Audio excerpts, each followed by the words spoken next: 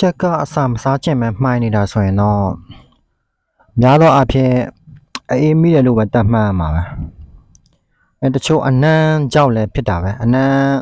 တအားနံလို့ဆိုရင်ကြက်မျက်လုံးလေးတွေပိတ်ပြီးတော့မှိုင်းတာမျိုးလည်းဖြစ်တတ်တယ်ဒါပေမဲ့များသောအားဖြင့်ကတော့အေးမိတာပေါ့အေးမိတာဆိုရင်တော့ကျွန်တော်ကြက်အရင်ဆုံးနှွေးထွေးအောင်အရင်လုပ်ပေးရမှာပေါ့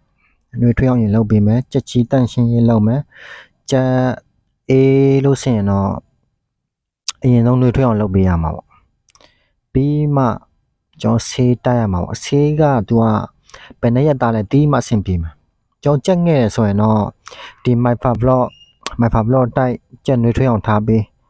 ဒါဆိုတော့အဆင်ပြေမှာပေါ့ကြက်ကြီးမဲ့ဆိုရင်တော့ကြက်ရက်20ကျော်မဲ့ဆိုရင်တော့ကျွန်တော်တိုက်တဲ့ပုံစံပေါ့လေဒီအေးမိတာပျောက်တဲ့ဆေးကတော့အများကြီးရှိတာပေါ့ကျွန်တော်တိုက်တဲ့ပုံစံကတော့ဆာလောနဲ့ agrimycin နဲ့နှစ်မျိုးရောတိုက်တာပေါ့ဆာလောကြတော့ရာသီဥတုတန်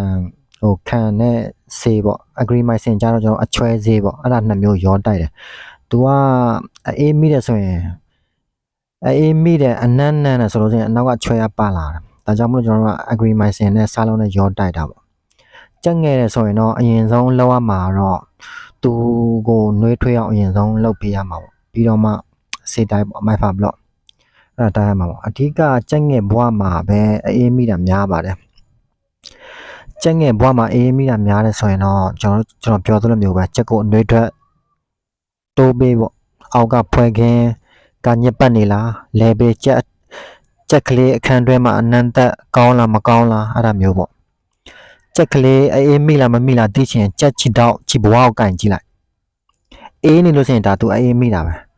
ပူလို့ဆိုရင်အေးမမိဘူးတခြားအနံ့ကြောင့်အဲ့လိုမျိုးပေါ့ကြက်ချီတော့ပူနေတယ်ဆိုရင်ဒါအနံ့မကောင်းလို့ကြက်ကလေးတွေမှိုင်ကောက်တာပေါ့အဲ့လိုမျိုးပေါ့ဒီ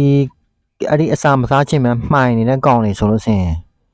ကင်ကြီးချီဘွားကိုကင်ကြီးအေးနေလိုက်မယ်အဲ့ဒါဆိုရင်တော့အေးမိတာ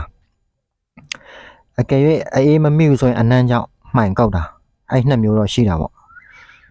ဒါကိုကြက်ကလေးတွေဆိုရင်တော့သူအစာမစားခြင်းပဲမှိုင်နေတာဆိုလို့ရှိရင်တော့အရင်ဆုံးကြက်ကလေးဆိုရင်သူကနှွေးအောင်အရင်လုပ်ပြရမယ်များသောအားဖြင့်ဒါအေးမိတာဖြစ်ဖို့များတာ